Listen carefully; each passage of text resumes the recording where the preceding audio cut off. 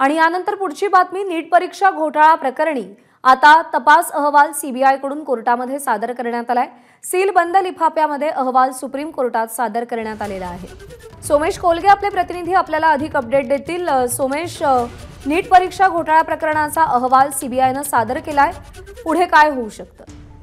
प्रज्ञा, आज अतिशय महत्वाची सुनावणी सर्वोच्च न्यायालयामध्ये पार पडणार आहे। ती नीट परीक्षेसंदर्भात आहे आणि सीबीआयने आता जो अहवाल सादर केलाय, या सीबीआयच्या अहवालामध्ये सुप्रीम कोर्ट या अहवालाच्या आधारे कोणता निष्कर्ष काढतं त्यावर अवलंबून असणार आहे की सुप्रीम कोर्ट या संपूर्ण प्रकाराला पूर्ण सिस्टीमचा फ्रॉड म्हणून कन्सिडर करेल का आणि त्यानंतर पुनर्परीक्षेचे आदेश देईल का, किंवा मग दुसऱ्या कोणत्या स्वरूपाचे आदेश सुप्रीम कोर्ट देऊ शकतं का, हे सगळं सीबीआयने तपास केलेल्या अहवालामध्ये काय आहे यावर अवलंबून असणार आहे। नुकताच हा अहवाल सीबीआयच्या वतीने सर्वोच्च न्यायालयाला देण्यात आलाय, कारण आजच सर्वोच्च न्यायालयामध्ये नीट प्रकरणी सुनावणी आहे। प्रज्ञा, सोमेश, अपडेट जाणून घेत राहू। सध्या धन्यवाद दिलेल्या माहितीसाठी।